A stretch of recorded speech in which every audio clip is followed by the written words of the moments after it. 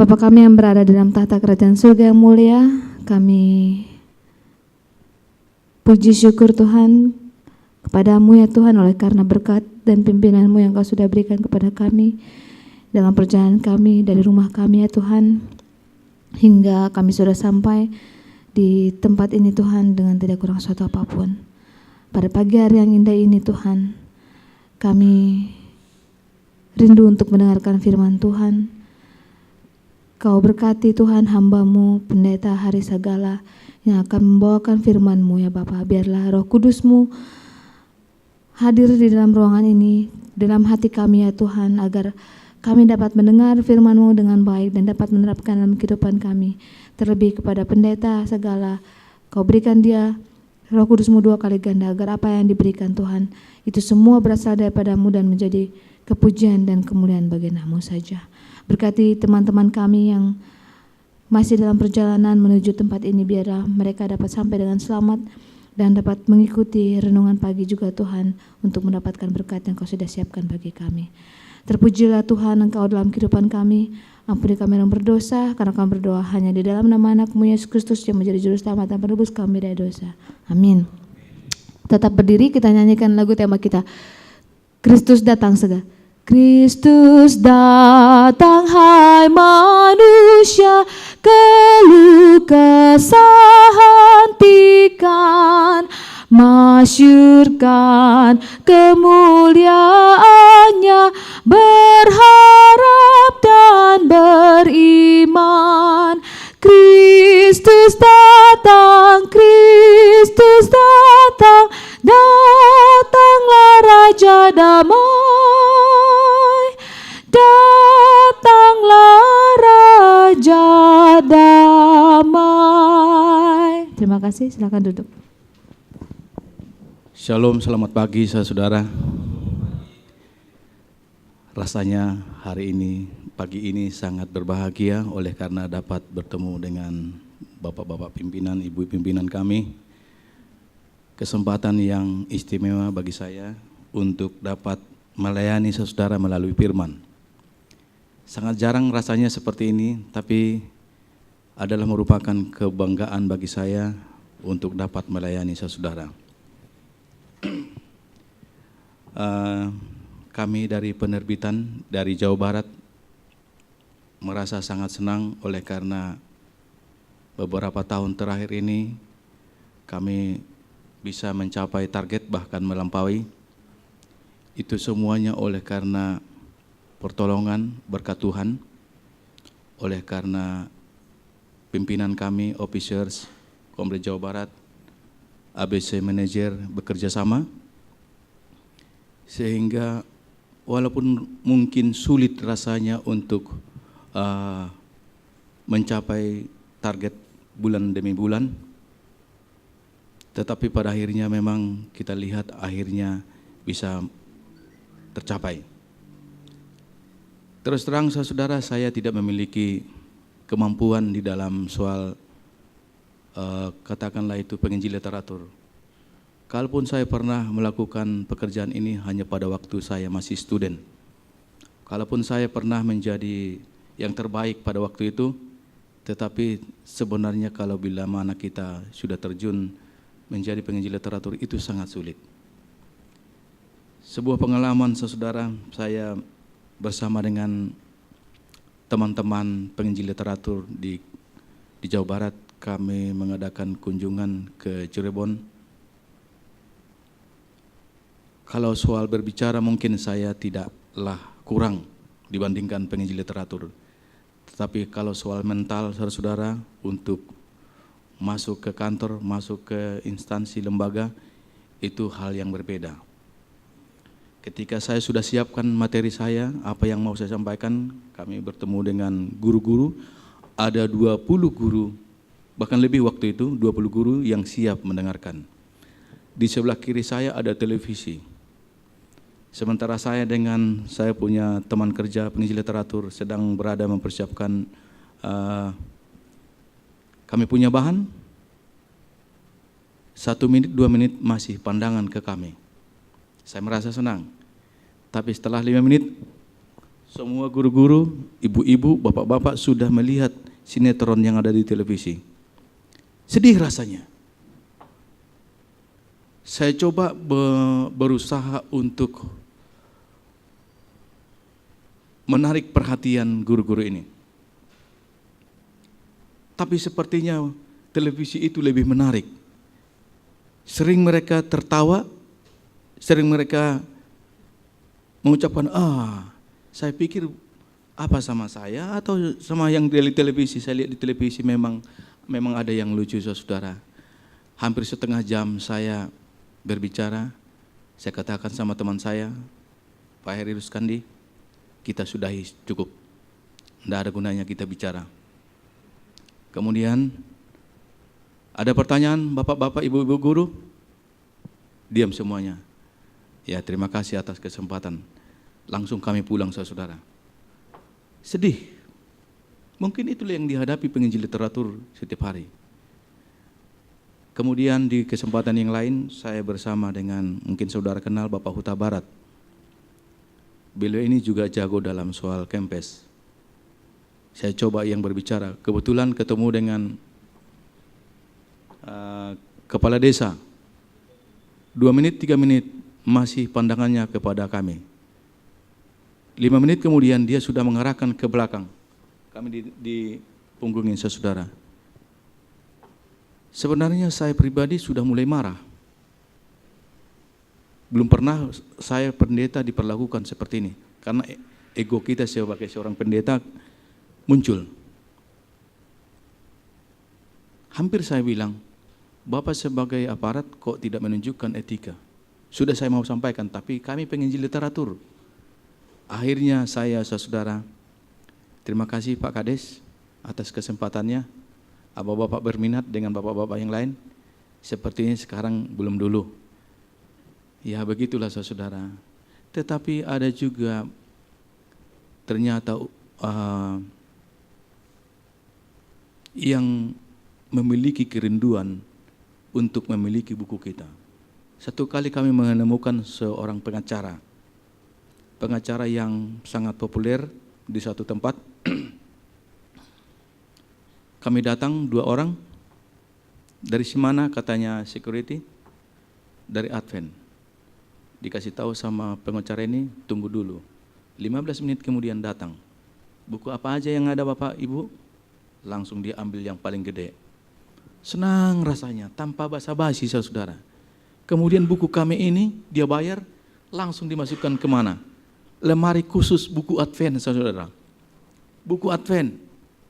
Itu orang Muslim. Besok harinya datang lagi penginjil literatur yang lain.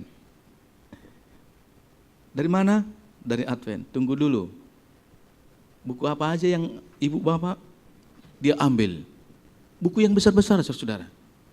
Dimasukkan kemana? Besok harinya lagi, ketiga hari datang dari Advent. Dan tidak pernah menolak buku Advent. Saudara tahu, ada enggak orang Advent seperti itu? Ada enggak orang Advent? Saya penginjil literatur saudara, mungkin Bapak Esaragi sudah hadapi juga. Kalau orang Advent kayaknya, udah ada buku ibu, sudah semuanya. Nah itu yang terjadi saudara. Dan itu yang kami alami. Biasanya orang Advent, bukan berarti saya menuduh bahwa semua memiliki pemikiran seperti itu. Tapi biasanya orang Advent itu langsung mengatakan, sudah ada. Saudara, beberapa tahun terakhir ini, ya berkat Tuhan, penginjilan di literatur di Jawa Barat sudah cukup bagus. Walaupun tidak bisa seperti Jakarta, kemungkinan beberapa tahun lagi bisa. Karena saya lihat penginjil literatur Jakarta ada 60 Pak ya yang full time. Sementara kami hanya 15 yang full time. 15 aja pun sudah bisa 1 miliar saudara. Kalau ada 60 mungkin melebihi. Itu yang menurut pengamatan saya. Jadi setiap hari kami ada di Naripan, setiap pagi. Kalau saudara saya lihat di sini tadi masih ada yang terlambat, ya maaf saudara. Kalau kami penginjil literatur on time, karena kami punch clock gitu. Renungan setengah jam itu adalah untuk makan, karena kami sediakan makan bagi penginjil literatur. Membuat penginjil literatur merasa apa? Merasa dihargai, dihormati. Dan siapa lagi yang bekerja di ladang itu kalau bukan mereka? Kalau ada para pemimpin ADP atau yang lain menekan para penginjil, aduh sangat disayangkan. Jadi saudara-saudara, saya tidak mampu seperti mereka. Mungkin hanya karena saya seorang pendeta, mereka lah gembalaan saya. Mereka lah yang saya kasihi.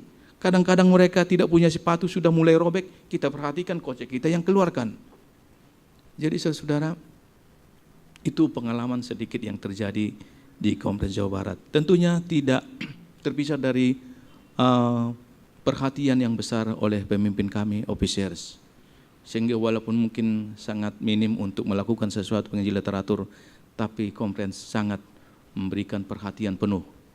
Saudara-saudara yang dikasih dalam Yesus, itu saja sebagai intermezzo.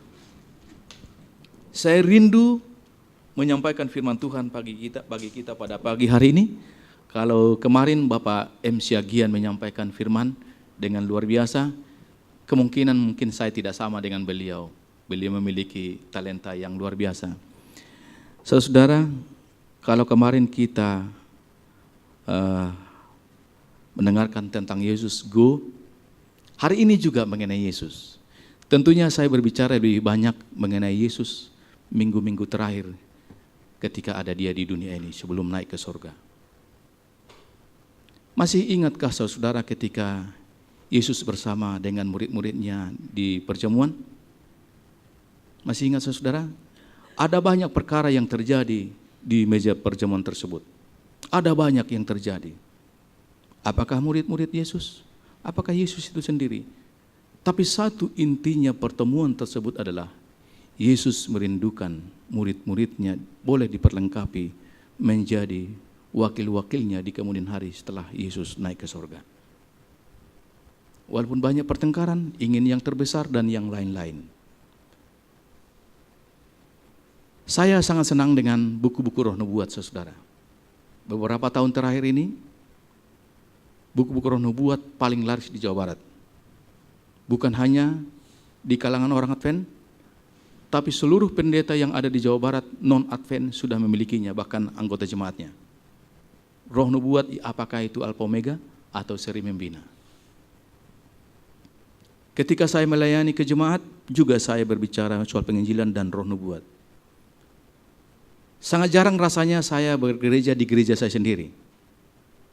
Bisa sekali 5 bulan, sekali 6 bulan saya baru ada di gereja. Karena setiap sahabat ada saja yang meminta kita untuk untuk melayani. Setiap sahabat, anak saya bilang, Papa, kita ke gereja kita lah, ke gereja. Enggak dianggap gerejanya yang lain. Karena dia merasa kok setiap sahabat kok berubah-berubah semuanya. Ya masih kecil anak saya, saudara. Kalau 5 tahun yang lalu saudara lihat saya masih baru menikah, sekarang sudah 2 anak saya, saudara. Ganteng dan cantik. Ya seperti mamanya ya. Ya bukan seperti saya. Kalau saya masih memiliki wajah pergumulan, ya biasalah wajah penderitaan, saudara. Biasalah itu sebagai seorang bapak-bapak. Bapak Pendeta Manik sudah kenal sama saya waktu di Palembang. Nah saudara, masih ingat pertanyaan? Masih ingatkah saudara waktu di perjamuan itu? Pertanyaannya adalah, pernahkah saudara mendengarkan Yesus memimpin nyanyian pujian? Kalau saudara belum memiliki buku Alpha Omega, miliki saudara. Bapak SG Manik kemarin sudah dikasih, saya pinjam dulu bukunya. Kalau saudara belum memilikinya, pelajari baik-baik. Karena jangan sampai orang-orang yang non-Advent lebih banyak mengetahui kebenaran ini daripada kita yang ada di Advent ini. Ya ternyata pernah. Adapun lagu yang dinyanyikan oleh Yesus pada penutupan perjamuan adalah Mazmur 117. Boleh saudara baca. Itulah yang dinyanyikan oleh Yesus pada waktu itu. Berapa ayat itu saudara? 3 atau 4? Hanya 2. Dan itulah lagu yang dinyanyikan oleh Yesus, penutupan. Kalau saudara bisa baca itu saudara di Alkitab saudara. Bisa juga saudara baca Markus pasal 14 ayat 26, itulah nyanyian pujian yang dinyanyikan oleh Yesus. Kita berlanjut kepada berikutnya. Yesus mengadakan perjalanan ke Taman Getsemani. Taman Getsemani ini bukanlah taman yang asing buat Yesus. Karena itu adalah taman yang sering dikunjungi oleh Yesus ketika dia berdoa, ketika dia mau berteduh, dan itu adalah taman kegemaran Yesus sendiri. Tapi malam hari itu adalah malam yang aneh, malam yang asing buat Yesus. Membuat Yesus tersiksa pada malam hari itu. Membuat dia bergumul, sehingga dia sering terjatuh dalam perjalanan ke Taman Getsemani. Kalau kita baca Alkitab, bahkan dia mengeluarkan peluh-peluh darah. Adakah yang pernah kita lihat di dunia ini penderitaan yang dalam yang dia rasakan sehingga dia mengeluarkan peluh-peluh darah? Ada enggak saudara pernah kita dengar? Tapi Yesus, karena penderitaan yang paling berat yang dirasakan oleh Yesus, sehingga dia sangat menderita bahkan mengeluarkan peluh-peluh darah. Pertanyaannya, apakah yang membuat Yesus menderita? Apa yang membuat Yesus menderita? Membuat dia sangat tersiksa pada malam hari itu. Ada yang lain menjawab karena dia akan menghadapi kayu salib. Ada yang mengatakan karena melihat masa depan bangsanya atau murid-muridnya. Tapi bukan itu saudara.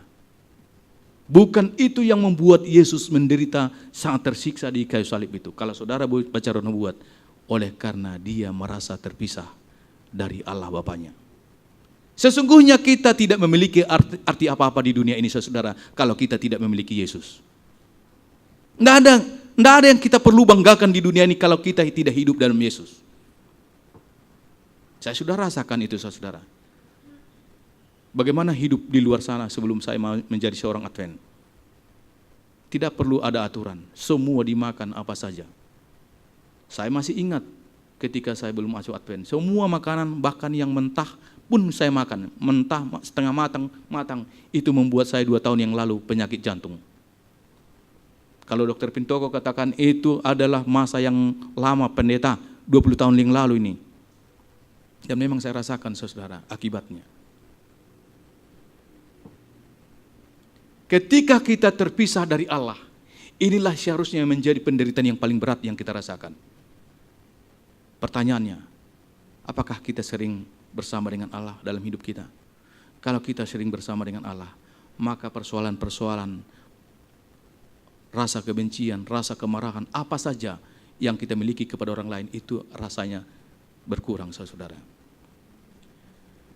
Kemudian berlanjut kepada perjalanan Yesus ke Golgota. Sementara ada banyak orang-orang yang berduyun-duyun bersama dengan Yesus. Sementara Yesus mengangkut salib yang sangat berat. Kemana murid-muridnya berangkat? Kemana murid-muridnya? Ada banyak orang yang pernah disembuhkan oleh Yesus, yang juga bersama dengan Yesus menuju Golgota. Sebenarnya Yesus sangat rindu simpati manusia dalam beban yang sangat berat yang dipikul oleh Yesus. Banyak menjadi beban yang berat yang dirasakan oleh Yesus.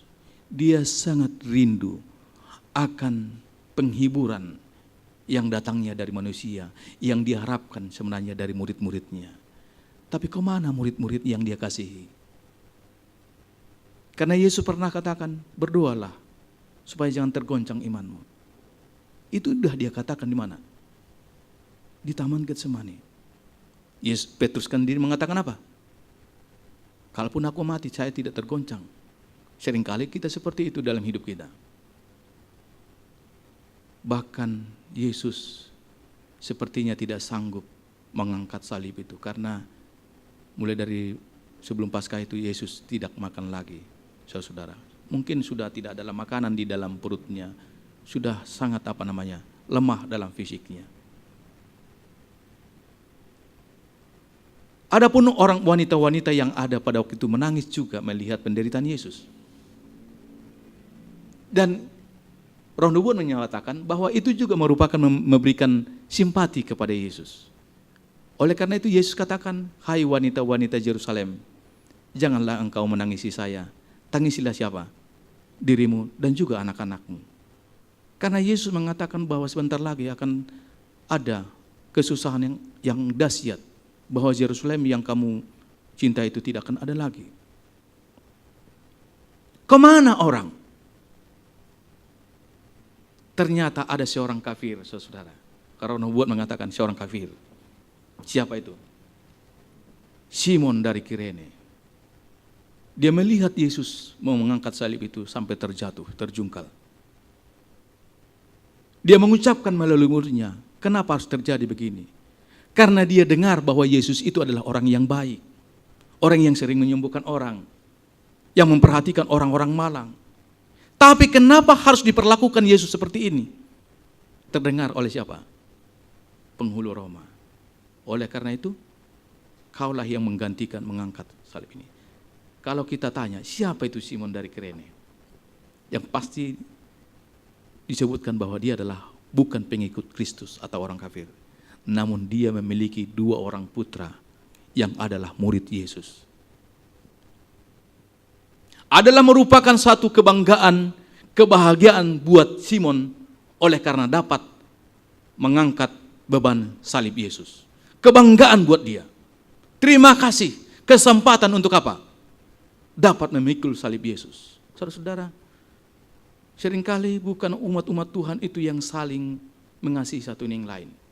Yang memberikan perhatian kepada kita. Justru orang-orang yang kita anggap yang tidak memiliki Tuhan yang paling baik di antara kita. Saya sudah perhatikan di gereja, saudara.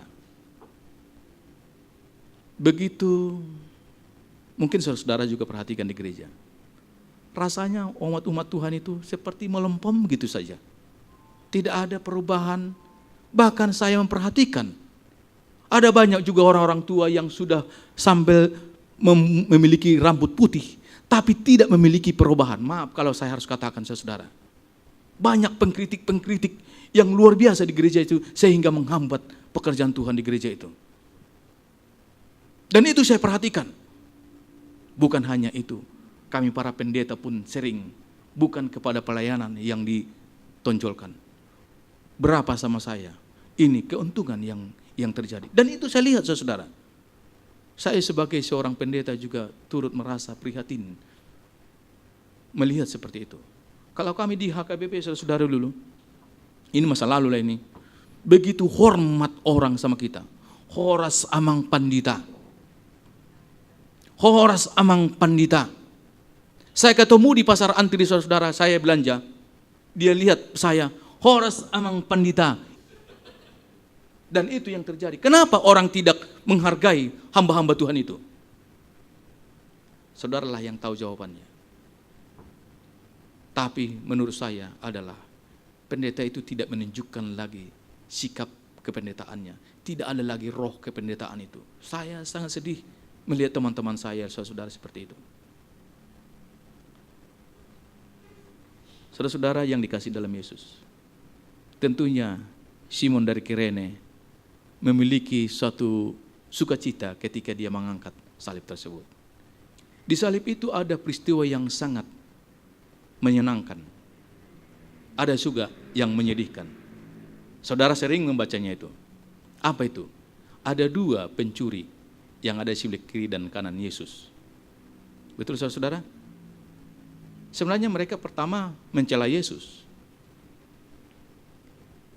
Tapi pada akhirnya yang sebelah Yesus itu katakan, tidak takutkah engkau kepada Allah? Dia katakan seperti itu, saudara. Seharusnya kita yang mendapatkan hukuman ini, bukan dia. Siapa itu yang bertobat itu? Saudara tahu siapa profilnya? Ternyata dia sebelumnya adalah seorang pemuda yang baik di gereja. Seorang pemuda yang baik di gereja. Dia seperti kita ini, bergereja dengan baik. Tapi karena sudah lama dia mulai melihat ada banyak benturan-benturan yang terjadi di gereja itu. Dia lihat lagi anggota-anggota jemaat itu tidak lagi menunjukkan satu sikap menjadi orang pengikut Kristus. Dia lihat juga para imam-imam dan juga yang lain-lain, membuat dia merasa apa? Oh, ini tidak benar. Saudara percaya bahwa ada banyak baptisan kita banyak keluar, tidak lagi bersama dengan kita. Oleh karena apa? Merasa dirinya asing di gereja itu. Tidak kita perlakukan dengan baik. Kalau sekali kita perhatikan, wah memang kita perhatikan. 2 kali perhatikan, ketiga kali, ngapain? Masa itu aja kerjaan kita terus menerus? Betul nggak saudara? Pemuda tersebut merasakan orang asing di jemaatnya. Akhirnya dia menjadi seorang yang jahat, saudara. Tapi dia memperhatikan Yesus yang ada di sampingnya. Ada banyak orang yang mengatakan bahwa dialah Mesias. Bahkan Pilatus sendiri mengatakan, buat apa? Namanya Raja orang Israel. Dia sudah lihat. Dia mulai mengingat kembali apa yang dilakukan oleh Yesus pada waktu itu. Dia mulai mengingat kembali masa lalunya seperti apa Yesus. Apa yang dilakukan Yesus? Menolong orang-orang yang menderita, menyembuhkan orang-orang yang sakit. Dia mulai ingat semua kehidupan Yesus. Mulailah terbangun apa? Walaupun dia sebenarnya sudah saat-saat yang genting, di mana nyawanya akan melayang, tetapi muncul pengharapan kembali kepada Yesus yang ada di tengah-tengah itu. Kemudian dia katakan, Tuhan Yesus, sementara pertikaian yang ada di atas sudah berhenti, ketika pemuda tersebut mengatakan, Tuhan, orang yang di bawah salib itu yang sedang bertengkar, ternyata ada pertengkaran di atas, ada pertengkaran di bawah. Apa yang bertengkar di bawah? Orang-orang yang memperebutkan apa? Jubah Yesus. Semua orang yang memiliki telinga ataupun orang yang melihat pemandangan itu, semua terdiam ketika seorang pemuda itu mengatakan Tuhan, memperhatikan mereka. Kalau roh nubuat menyatakan terdiam sambil menganga, mendengarkan pembicaraan yang ada di mana? Di atas. Ingatlah aku Tuhan. Itu yang disampaikan. Biasanya orang yang meminta pengharapan kepada orang-orang yang memiliki apa? Jabatan yang atau memiliki naik jabatan. Bukan kepada orang yang sekarat, sama-sama mati. Tapi dia meminta pengharapan kepada orang yang sedang sekarat sama dengan dia. Karena dia memiliki iman, saudara, sudah tumbuh. Jadi pertobatan pemuda tersebut tadi bukanlah tiba-tiba, tidak. Sudah dia perhatikan mulai dari sebelumnya penyaliban itu, saudara. Bayangkan berapa kali harus diadili oleh Yesus. Ada 5 kali, Kayafas, Hana, semua bolak-balik. Dia perhatikan, saudara. Dan Yesus tidak lama menunggu memberikan jawaban. Yesus sendiri mengatakan apa? Hari ini juga engkau bersama saya di Firdaus. Walaupun Yesus katakan bukan pada hari itu. Saudara-saudara, sungguh enaknya pemuda tersebut ya, enak rasanya walaupun dia pada akhirnya akan mati, tapi dia mati dalam apa? Kebenaran. Saudara-saudara, terakhir, ketika Yesus ada di salib itu, sudah mulai hari A-nya. Apakah kalimat terakhir yang diucapkan oleh Yesus pada waktu dia disalib? Ada saudara yang saudara tahu? Yohanes 19 ayat 30. Setelah Yesus minum anggur asam itu, lalu dia mengucapkan apa? Kata, itu dia saudara. Kita kan umat-umat Tuhan harus jago Alkitab saudara. Ketika dia minum anggur asam itu, lalu Yesus mengucapkan kata apa? Sudah selesai. Pertanyaannya adalah, menurut saudara, peristiwa apa yang terjadi ketika Yesus mengucapkan kata sudah selesai? Yang saudara tidak akan tahu jawabannya kalau hanya membaca Alkitab. Dan saudara tahu jawabannya kalau ketika saudara membaca Roh Nubuat. Peristiwa apa yang terjadi ketika Yesus mengatakan kata sudah selesai? Ada yang tahu? Orang mengatakan bahwa kilat, katanya gempa bumi, terbelah. Itu saudara-saudara?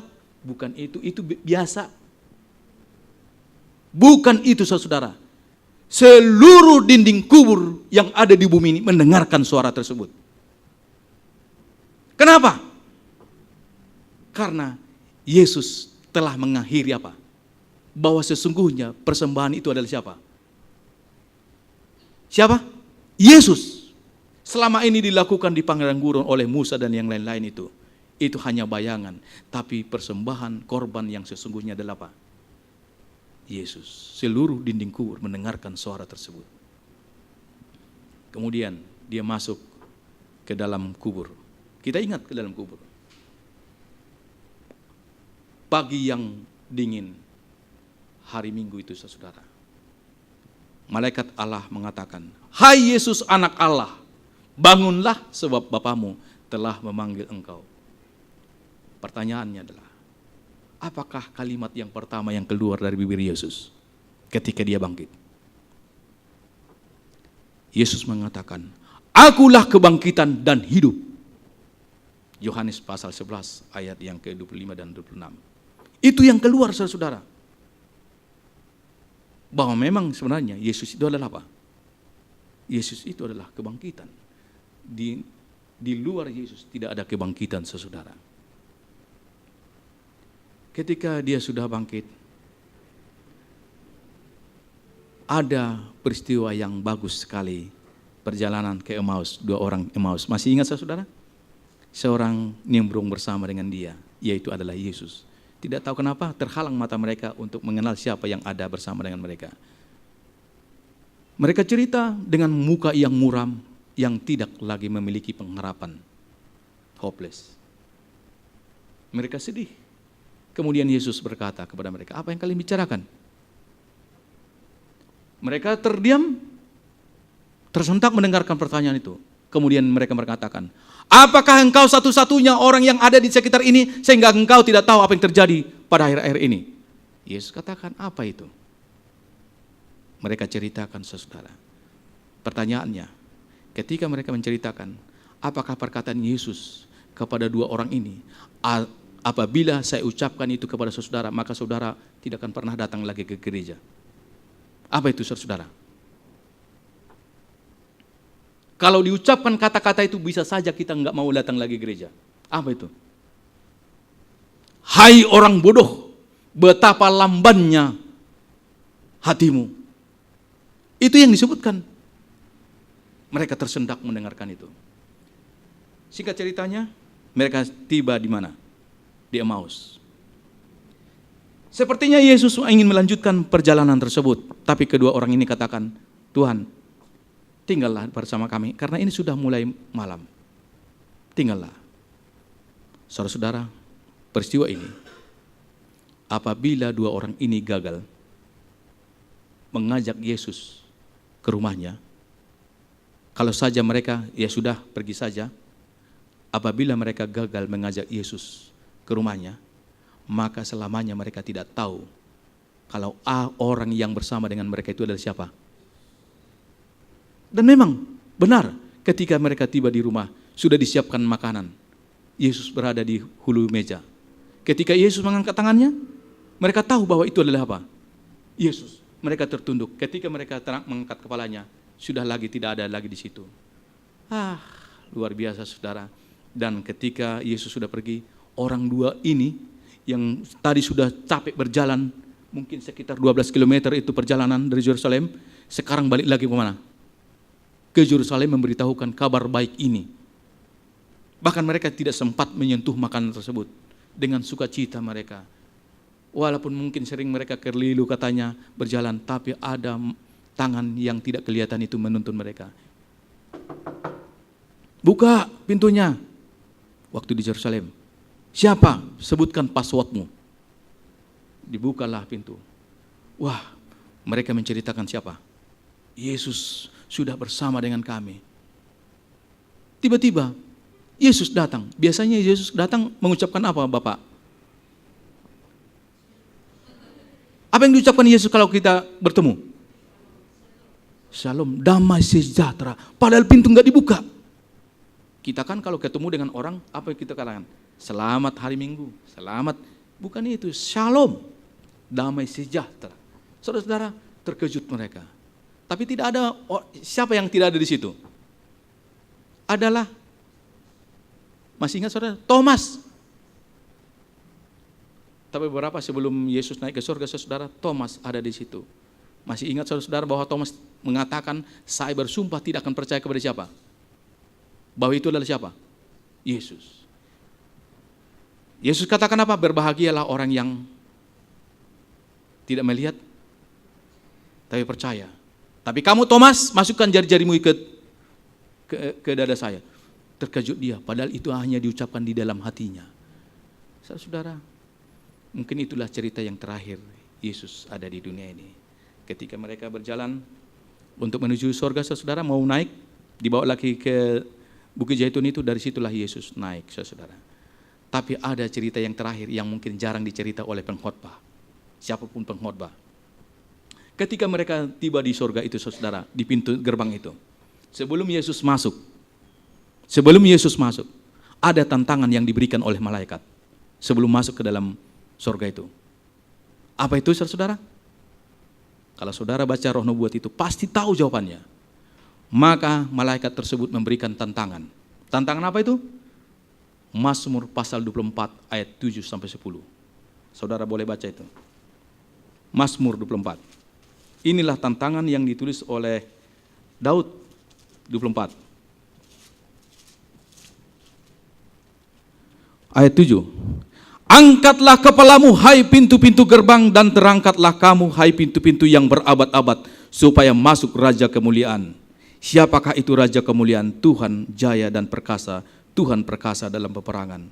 Angkatlah kepalamu hai pintu-pintu gerbang dan terangkatlah kamu hai pintu-pintu yang berabad-abad supaya masuk Raja Kemuliaan. Siapakah dia itu Raja Kemuliaan? Tuhan semesta alam, dialah Raja Kemuliaan. Selah. Itulah yang diucapkan malaikat. Terbukalah katanya, apa? Gerbang surga itu, masuklah Yesus. Saya baca Roh Nubuat itu, waduh luar biasa rupanya ya.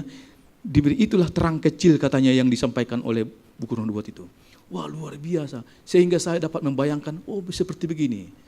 Pertanyaannya adalah, ketika Yesus masuk ke surga itu, apa yang diucapkan oleh Yesus? Siapa yang pertama dijumpai oleh Yesus? Siapa yang ada di situ manusia? Pasti kita sudah tahu. Ada Musa, ada siapa lagi? Henok, ada yang lain-lain. Tapi menurut saudara siapa yang jumpai oleh Yesus? Adalah Bapaknya. Dan dia mengangkat tangannya. Lihatlah Bapa, bahwa aku telah menyelesaikan apa? Tugasku. Saya telah menyelesaikan tugasku. Dan sudah mengalami kematian di salib sebagai persembahan, dan saya telah melakukan itu. Kemudian dia katakan, lihat, ada di samping kiri kanannya yang dibawa dari mana? Dari dunia. Siapa itu? Siapa itu, saudara? Adalah orang-orang yang dibangkitkan ketika Yesus bangkit dari kubur. Ternyata ketika Yesus bangkit dari kubur, ada juga orang yang bangkit dari kubur bersama dengan Yesus pada waktu itu. Bukan seperti Lazarus, saudara, bukan. Kalau Lazarus itu yang lain-lain yang pernah dibangkitkan Yesus, itu masih mengalami apa? Kematian. Tetapi ketika Yesus bangkit dari kubur, itu tidak lagi mengalami kematian. Dan itu disebut dengan buah sulungnya siapa? Buah sulung Yesus. Lihatlah mereka yang bangkit dengan saya bawa. Tapi aku pun telah berjanji kepada mereka yang tinggal di dunia ini. Apa janjinya? Karena aku pergi kepada Bapa, Yohanes pasal 14, adalah untuk menyediakan tempat tinggal bagimu. Di mana aku berada, kamu pun berada. Dan aku telah berjanji kepada mereka Bapa. Itulah yang disampaikan oleh siapa? Oleh Yesus kepada Bapaknya. Dan memang, kalau Yesus tidak datang lagi ke dunia ini, pupuslah harapan kita. Karena memang pengharapan kita adalah kedatangan siapa?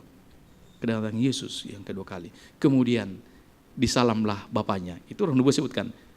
sudah selesai. Saudara tahu apa yang terjadi? Ketika Yesus mengatakan sudah selesai, juga dinding kubur yang sama mendengarkan apa? Suara tersebut. Saudara yang dikasih dalam Yesus, pagi ini saya menyampaikan firman Tuhan ini adalah untuk menyegarkan kembali iman kita. Bahwa sebenarnya tanpa Yesus ada dalam hidup kita tidak berarti apa-apa. Siapapun kita. Apakah saya sebagai seorang direktur penerbitan tidak berarti apa-apa kalau saya tidak memiliki Yesus? Siapapun kita, apapun pekerjaan kita, dimanapun kita bekerja, tanpanya ada Yesus hidup dalam hidup kita, tidak ada apa-apa, saudara-saudara. Saya kadang-kadang di rumah, ilustrasi ini di rumah tangga saya, saudara. Saya ceritakanlah kepada anak saya yang berumur 4 tahun ini. Nah,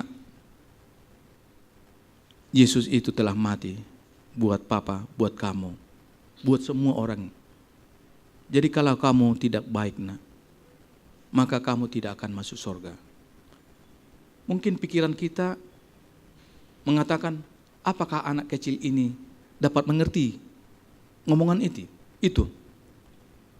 Tapi dia dengar. Anak saya yang pertama ini, saudara, kalau ditanya, nanti kamu jadi apa? Jadi pendeta. Saya nggak tahu lah itu bahasa anak-anak. Tapi setiap cerita yang diceritakan oleh mamanya atau saya, tidak ada yang dia lupakan, saudara. Bahkan kalau ada cerita anak-anak menyebut siapa ini, dia yang menjawab. Bisa dia melampaui orang-orang yang sudah sekolah. Orang yang sekolah belum tentu nama-nama yang pasti setiap cerita yang diceritakan oleh istri saya dan saya, dia ingat semuanya. Kalau anak saya yang bungsu yang masih 2 tahun, hampir 70 lagu anak-anak dia semua hafal. Bahasa Inggris kah, bahasa Indonesia, bahasa Sunda, bahasa India, semua dia hafal. 70 saudara. Makanya dia tidak suka apa? Lagu rohani papa, jangan lagu dunia. Langsung begitu, padahal 2 tahun umurnya saudara. Itu membuat hati bapaknya yang jantungan ini merasa bahagia saudara. Terus terang, ini pengalaman saya saudara. Dan ketika saya bawa anak saya ini ke gereja, salah satu gereja di Bandung namanya Cicahem, saudara, dilihatlah gambar Yesus, patung Yesus tersalib. Papa, itu Yesus yang tersalib karena abang, karena papa, karena dosa papa ya. Siapa sangka kalau dia dapat apa? Mengerti hal itu. Tapi kadang-kadang kita yang sudah tua ini, sudah biasa firman itu, masuk kanan. Keluar dari mana? Bukan keluar dari kiri, dari depan. Itu yang kita ucapkan, bukan dari sini. Itu yang kita ucapkan saudara. Betul enggak saudara? Itu yang terjadi, realita hidup kita seperti itu. Jadi saudara, saya sampaikan ini bukan merupakan karena saya hebat, tidak. Sama sekali tidak ada saudara. Tapi jangan sampai kita tertinggal di dunia ini. Pekabaran ini sudah banyak orang tahu. Kalau saudara tahu kemarin kesaksian saya dengan Bapak Saragi. Ada-ada saja pendeta-pendeta mempunyai karunia ya. Baru kali ini kulihat ada seorang pendeta memiliki pemikiran jitu. Saya katakan jitu. Hampir 2 minggu saya, ini saya harus katakan Pak Saragi, 2 minggu saya bergumul luar biasa. Kita harus bagi buku ke gereja katanya. Hati saya sudah mulai apa? Bagi buku, buku apa yang dibagi? Buku hampir terlupakan. Waduh, kalau kemenangan akhir dibagi nggak apa-apa lah. Ini langsung to the point. Udah bingung saya sampaikan kepada officer bagaimana ini Pak. Ya nggak apa-apa kalau memang itu iman kalian. Wah, nggak ada solusinya. Beliau lagi menyampaikan seminar di Sabta Marga, banyak sekali orang pendengar. Kalau tidak ada saudara pergi, saya sendiri pergi katanya. Masih ingat Pak? Kalau saudara tidak mau membagikan buku ini, saya sendiri pergi. Kalau nggak mau lagi pendeta segala, saya pergi. Saya tidak mau pulang kalau saya belum melakukan ini. Tertantang juga iman saya pada saat itu. Oke, saya ikut besok. Walaupun terpaksa. Akhirnya, siapakah kira-kira ada orang yang ikut membagikan buku ini? Jam 8 tepat di IPH. Dalam hati saya, Tuhan bantu saya. Kali pertama, jantung, walaupun saya sering menghadapi banyak orang, saudara. Kematian pun sudah kita hadapi, tapi yang begini belum pernah terjadi. 12, berapa dulu Pak? Ada 19 orang dengan wajah yang ceria. Kita berdoa semuanya, saudara, foto-foto, mana tahu terjadi apa-apa nanti ada fotonya, pikir saya. Saudara tahu? Bagi GKPS, pastor, kemudian di Cimahi, dan Jakarta. Ternyata sama persis ini Pak Simbolon ini, Pak Jericho Simbolon ini, sama seperti saya, ketakutan juga. Akhirnya kami katakan, tidak usah takut. Masa istri kita juga sudah berani, kita enggak. Oke, bagi tempat. Bapak di gerbang sana, saya di gerbang sini. Bagi. Sudah kami langsung siapkan apa? Bukunya. Saudara tahu yang terjadi? Bagilah buku ini. Betul apa yang dibilang oleh Nubuat. Seperti daun-daun berguguran. Semua orang dapat, saudara. Semua. Ada yang masukkan ke kantong, ada baca-baca sambil jalan, ada yang naik motor, naik beca, jalan kaki, naik mobil, dimasukkan ke tasnya. Semua. Dalam hitungan 5 menit habis 320, saudara. Hitungan menit, 5 menit. Kita tidak tahu. Setelah itu saudara datang telepon dari Pak Cakra. Haris, sudah selesai semuanya bagi? Sudah Pak. Siap-siap kau menunggu telepon kalau ada nanti komplain, katanya. Saya bilang, saya sudah berani berbuat. Saya berani apa? Betul apa yang dibilang Pak Caragi. Kalau memang darah saya cocok mati syahid, biarlah itu terjadi. Yang penting, memang harus terpancing. Kalau saudara mungkin merasa itu tidak terlalu penting, bagi saya itu penting. Akhirnya apa yang dikatakan teman-teman saya? Kita harus buat ini Pak Pendeta sekali sebulan. Kita buat tim. Jangankan dari Jakarta hanya tim Indonesia, penginjil Indonesia. Kita buat tim dari Bandung. Senang saudara. Jadi ini perbuatan kecil. Saya merasa sangat terpacu dalam hal ini. Mungkin saudara juga terpancing, terdorong. Jangan kita hanya hidup kita ke gereja, datang saja tidak pernah memikirkan soal jiwa. Kemarin betul saudara, setiap hidup kita itu pemikiran kita adalah apa? Jiwa. Pemikiran kita adalah jiwa. Iya, puji Tuhan saudara, 90% keluarga saya sudah Advent semuanya. Kenapa? Bukan karena kehebatan saya, termasuk Pendeta Saragi. Saya banyak berbicara beliau karena beliau yang menobatkan bapak saya. Yang saya tidak pernah tahu bagaimana bapak saya dapat bertobat. Tapi memang tidak ada di dunia ini yang kebetulan, tidak ada. Semua langkah demi langkah hidup kita sudah ditata oleh Tuhan. Kalau kita sering memberontak, terlukalah hati Tuhan. Tapi kalau kita berjalan sesuai dengan kebenarannya, senanglah surga itu. Amin, saudara. Semoga firman ini dapat memberikan inspirasi, kemudian memacu kita untuk kita lebih dekat kepada Tuhan. Tidak ada yang lain di dalam hati saya. Kalau kita dekat kepada Tuhan, saudara, hubungan kita pun pasti harmonis. Pasti kita dapat mengatakan bahwa kita dapat mengasihi orang. Yesus kan katakan, kasihlah sesama manusia seperti dirimu sendiri. Ada juga katakan apa? Perbuatlah sesuatu yang kau kehendaki supaya orang perbuat kepadamu. Kalau kita belum hidup dalam Yesus, itu mustahil kita lakukan, saudara. Jadi mungkin hanya itu saja firman Tuhan yang bisa saya sampaikan. Mudah-mudahan ini dapat membuat kita segar hari ini. Esok hari kita dapat melayani dengan penuh sukacita. Tuhan berkati kita.